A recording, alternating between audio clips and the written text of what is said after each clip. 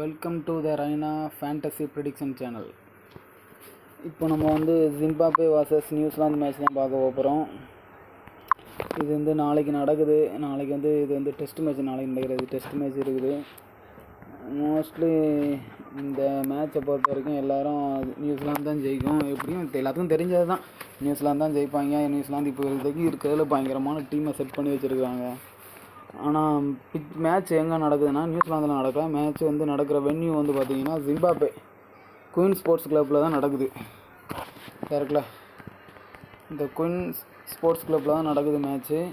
இதில் பிச்சை பொறுத்த வரைக்கும் நமக்கு வந்து 289 ரன் ஆவரேஜ் கொடுத்துருக்காங்க. ஜிம்பாப்வே ஃபஸ்ட்டு பேட்டிங் போச்சாங்கன்னா இவ்வளோத்துக்குலாம் ரன்னுலாம் அடிக்க மாட்டாங்க, எப்படியும் மடக்கிறாங்க. நியூசிலாந்து கொஞ்சம் வெயிட்டான டீம் அப்படின்னு பார்த்தாச்சுன்னா நியூசிலாந்து தான், எல்லாத்துக்கும் தெரிஞ்சது தான். இதில் வந்து ஸ்பின்னருக்கு ஓரளவுக்கு ஃபேவராக தான் இருக்குது. 72 விக்கெட் வரைக்கும் எடுத்துருக்குறாங்க ஸ்பின்னர்ஸு. Total wicket 164. அதில் வந்து 72 விக்கெட்டு வந்து ஸ்பின்னர்ஸே எடுத்திருக்காங்க. 92 விக்கெட் வந்து ஃபேஸர்ஸ் எடுத்திருக்காங்க. இதில் வந்து டாம் லேத்தம் வந்து இதில் வந்து நல்ல ஒரு ஆவரேஜ் வச்சுருக்காரு இந்த வென்யூவில். இந்த வென்யூவை பொறுத்த வரைக்கும் டாம் லேத்தம் வந்து நல்ல ஒரு ஆவரேஜ் வச்சுருக்காரு. ஆனால் டாம் லேத்தம் இந்த மேட்ச்சில் வந்து இருக்க போகிறது கிடையாது. அதுக்கப்புறம் வேறு வந்து வெதர் அப்டேட் அப்படின்னு சொல்லிட்டு பார்த்தியாச்சுன்னா க்ளவுடியாக இருக்கும் அப்படின்னு சொல்லிட்டு போட்டிருக்காங்க. இதில் வந்து நாட் அப்ளிகபிள்னு கொடுத்துருக்காங்க ட்ரீம் 11. ஆனால் நான் நெட்டில் ஆன்லைனில் சர்ச் பண்ண வரைக்கும் வந்து க்ளவுடியாக இருக்கும்னு சொல்லிட்டு மென்ஷன் பண்ணியிருக்கிறாங்க. அப்பப்போ பாசிங் ஷவர் இருக்கும், அந்த மாதிரி இருக்கும். ஆனால் மேட்ச் ஃபுல்லாக கேன்சல் ஆகாது, எப்படியும் மேட்ச் ஃபுல்லாக ரன் ஆக தான் செய்யும். இது நியூசிலாந்து டீமை பொறுத்த வரைக்கும் லீட் பண்ணுறது யாருன்னா மிச்சல் சேட்னர் தான் கேப்டனாக இருப்பார். ஆனால் இது ஜிம்பாப்வே மேட்சை பொறுத்த வரைக்கும் சிக்கந்தர் ராசா எல்லோரும் வந்துட்டாங்க. ஆனால் லீட் பண்ணுறது வந்து கர்க் எர்வின் தான் லீட் பண்ணுறாரு. நியூசிலாந்து டீமில் வந்து கெயின் வில்லியம்சன் கிடையாது. அவர் வந்து 100 மேட்ச் நடக்க போகிறதுங்கிறதுனால அங்கே கான்சன்ட்ரேஷன் பண்ண அங்கே போயிட்டார். டெஸ்ட் ஸ்கோரில் இல்லை அவர் இப்போதைக்கு. இந்த வென்யூவில் வந்து நல்லா பெர்ஃபார்மன்ஸ் பண்ணது யார் அப்படின்னு சொல்லிட்டு பார்த்தாச்சுன்னா கர்க் எர்வின் தான் இந்த வென்யூவில் வந்து 899 ரன் அடிச்சிருக்காங்க டெஸ்ட் மேட்ச்சில் கர்க் எர்வின். அதுக்கப்புறம் பார்த்தாச்சுன்னா சீன் வில்லியம்சன் வந்து 671 ரன் அடிச்சிருக்காரு. 671 ரன்னு சீன் வில்லியம்சன் அடிச்சிருக்காரு. வேறு அதுக்கப்புறம் நியூசிலாந்து சைடில் பார்த்தாச்சுன்னா இது டாம் லேத்தம் வந்து நல்லா ஸ்கோர் பண்ணியிருக்காரு. ஆனால் டாம் லேத்தம் வந்து அன்அவைலபிளாக போயிட்டார். எப்படி பிளேயர்ஸு டீட்டெயில்ஸ் பார்க்கணும் அப்படின்னா ரச்சன் ரவீந்திரா ரீசெண்டாக டெஸ்ட் மேட்ச்சு அவரை பொறுத்த வரைக்கும் T20 நல்லா விளாட மாட்டாங்கன்னா, ஏன்னா T20 நல்லா விளாண்டாரு. ஆனால் டெஸ்ட் மேட்ச்சில் எப்படியும் அவர் நல்லா பெர்ஃபார்மன்ஸ் பண்ணிடுவார். அவர் வந்து பவுலிங் போட்டு எப்படியும் பவுலிங்கும் கொடுப்பாங்க. ஆனால் இந்த மேட்ச்சில் கொடுக்குறாங்களான்னு தெரில. டெஸ்ட் மேட்ச்சில் ஒரு பக்கம் நின்று ஒன் சைடாக கூட எடுத்துகிட்டு போயிடுவாங்க. ஓப்பனிங்லேயே நின்று முடிச்சு விட்ற கூட வாய்ப்பு இருக்குது. டேர்லி மிச்சலோட ரீசன்ட் ஃபார்ம் வந்து அந்தளவுக்கு இருந்த மாதிரி இல்லை. ஆனால் டெஸ்ட் மேட்ச்சில் அவர் டேர்லி மிச்சலும் சரி, இந்த டாம் பிளண்டல் இந்த 2 பேருமே நின்று இங்கிலாந்து டீமே தனியாலாம் முடிச்சவங்க ஒரு டைமில். இப்போ டாம் பிளண்டலும் சரி அவங்க சரி அந்தளவுக்கு தெரியாது யாருக்கும் அந்தளவுக்கு. டேர்லி மிச்சல் கூட ஓரளவுக்கு விளாட்றாரு. டாம் பிளண்டல் வந்து இன்டர்நேஷனல் மேட்ச் எதுவும் இப்போ விளாண்ட மாதிரி இல்லை. டெஸ்ட் மேட்ச்சுக்கு மட்டும் தான் இவரை எடுத்துகிட்டு வருவாங்க. விக்கெட் கீப்பிங் ஆப்ஷன் வேறு இருக்குது. டபுள் ஆப்ஷனாக பார்க்கலாம். இவரை வான் கான்வே விக்கெட் கீப்பர் இருக்காரா, டாம் பிளண்டல் விக்கெட் கீப்பர் இருக்காரா யாருன்னு சொல்லிட்டு லாஸ்ட் டைமில் தான் நம்ம பார்க்கணும். மற்றபடி டபுள் ஆப்ஷன் பிளேயரில் வந்து சிக்கந்தர் ராசா பேட்டிங் பண்ணும். அந்த டீமுக்கே மெயினே இந்த சிக்கந்தர் ராசா ஒருத்தர் தான். அவரே பேட்டிங் பண்ணுவார், அவரே பவுலிங் போடுவார். கேப்டன்ஷிப் மட்டும் இப்போ வந்து கர்க் எர்வின் பண்ணுறதுனால சிக்கந்தர் ராசா எப்படினாலும் டபுள் ஆப்ஷன் அவர் தான் எல்லாமே பண்ணுவார். பிரைன் பண்ணட்டு ரீசெண்டாக நல்லா பண்ணிட்டுருக்காரு. ஃபஸ்ட்டு பவுலிங்கும் போடுவார். இப்போ வந்து பவுலிங் போட்ட மாதிரி தெரில. இப்போ ஃபுல்லாக பேட்டிங் மட்டும் தான் கொடுக்குறாங்க அவருக்கு. இந்த பவுலிங் போட்டிருக்காரு டெஸ்ட் மேட்ச்னால் கொடுக்குறாங்க. ஒரு 9 ஓவர் 10 ஓவர் கிட்ட கொடுக்குறாங்க. நியூசிலாந்தோட கேப்டன் மிச்சல் சேட்னர் டெஸ்ட் மேட்ச்னால பயங்கரமாக விக்கெட் எடுத்துக்கிட்டே இருப்பார். ஆள் தலைவர் எல்லா மேட்ச்சும் இவங்க பாயிண்ட் அதிகமாக இருப்பார். ரன்னு பேட்டிங்கும் ஓரளவுக்கு அடிப்பார் வந்தார்னா. ஆனால் இவருக்கு பேட்டிங் கிடைக்குமான்னு தெரில. ஃபஸ்ட்டு பேட்டிங் பிடிச்சா வேணால் பேட்டிங் கிடைக்கும் நியூசிலாந்து. செகண்ட் பேட்டிங் சேசிங்லாம் வந்தார்னா எப்படியும் விக்கெட் பவுலிங் மட்டும் தான் போடுவார். மைக்கேல் பிரைஸ்வெலும் மிச்சல் சேட்னர் மாதிரி தான். மிச்சல் சேட்னரோட பேட்டிங் நல்லா ஆடுவார். ஆனால் பவுலிங்கும் கொடுப்பாங்க. ஆஃப் ஸ்பின்னு லெஃப்ட் ஹேண்டரு எவ்வளோங்க எத்தனை பேர் இருக்கிறாங்க அப்படின்னு பார்த்தாச்சுன்னா சீன் வில்லியம்ஸில் ஒரு left hander. Sean Williamson left hander அந்தளவுக்கு லெஃப்ட் ஹேண்டர் இல்லை, இருந்தாலும் அவருக்கு வந்து ஸ்பின்னுக்கு சப்போர்ட் பண்ணுறதுன்றனால மைக்கேல் பிரைஸ்வாலுக்கு வந்து கொடுப்பாங்க கண்டிப்பாக.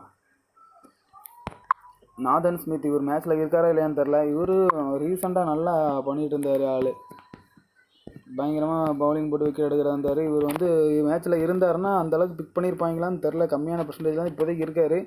அப்படி இல்லைனா இவர் கூட ஒரு ரிஸ்கி பிக்காக ஒரு வைஸ் கேப்டன் கொடுத்து கூட ட்ரை பண்ணி பாருங்கள். மேட் ஹென்ரியை பற்றி சொல்ல தேவையில்ல. அவர் எல்லா மேட்சும் எந்த மேட்சாக இருந்தாலுமே விக்கெட் எடுப்பார். மேட் ஹென்ரி மேட்ச்சில் இருந்தாருன்னு வச்சுக்கோங்களேன், ஃபஸ்ட்டு பவுலிங் பண்ணுறாங்க அப்படின்னா ஈஸியாக அவரை வந்து ஸ்டார்டிங்கில் உள்ள எல்லா விக்கெட்டும் எடுத்துகிட்டு வர அப்படின்னு சொல்லிட்டு ஒரு கேப்டன் கூட போடலாம். ஏன்னா அதுக்கேற்றப்ப ஒரு விக்கெட்டும் எடுப்பார். விக்கெட் எடுக்காமல் இருந்ததே கிடையாது. வெலிங்டன் மசக்டாசா இவர் அந்த அளவுக்கு தெரிஞ்சிருக்காது நிறைய பேருக்கு. ஒரு வேளை ஜிம்பாப்வே ஃபஸ்ட்டு பவுலிங் பண்ணுறாங்க அப்படின்னா மோஸ்ட் ஆஃப் த ஓவர் இவர் போடுவார். அப்படின்னு டெஸ்ட் மேட்ச் 33 ஓவர் போட்டிருக்காரு பாருங்க. எந்த டீமாக இருந்தாலும் மெயின் ஸ்பின்னர் இவர் தான். லெஃப்டாக ஆர்த்தடாக்ஸ் பவுலிங் முக்கால்வாசி ஓவர் இவர் தான் வீசுகிற மாதிரி இருக்கும். இவர் சிக்கந்தர் ராசா அப்பப்போ ஓவர் போடுவார்.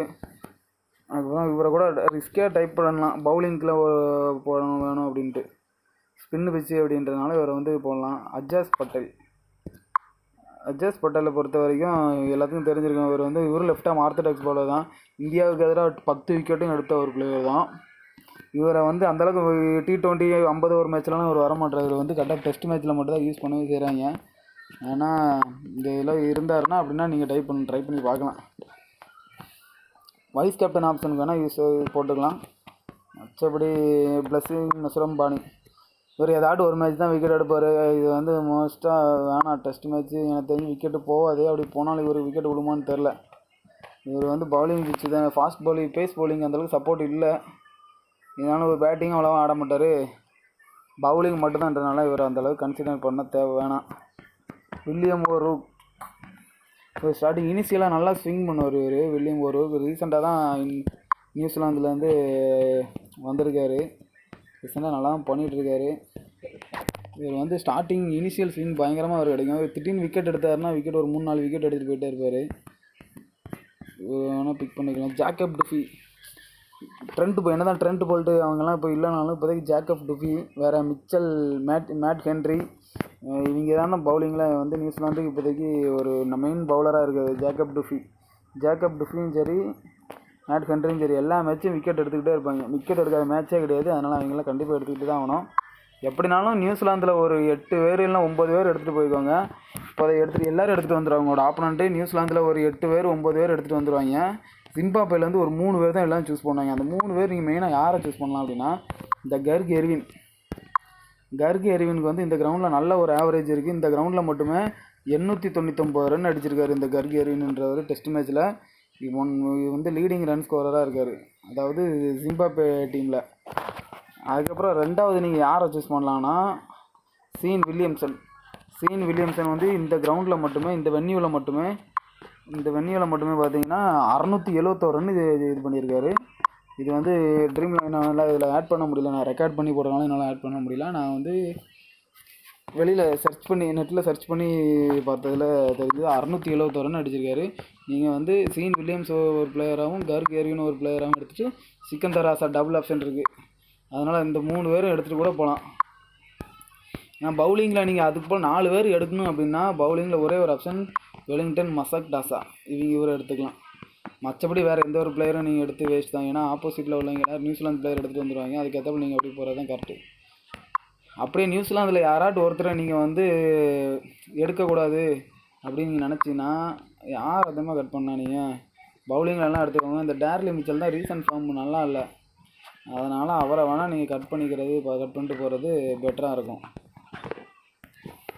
சரி, இப்போ ஒரு கேப்டன் வைஸ் கேப்டன் இது நம்ம பார்த்துக்கலாம். ஒரு அப்பா ஒரு டீம் போட்டு வச்சுருக்கேன். 3 பேர் எடுத்திருக்கேன் நான் கரெக்டாக.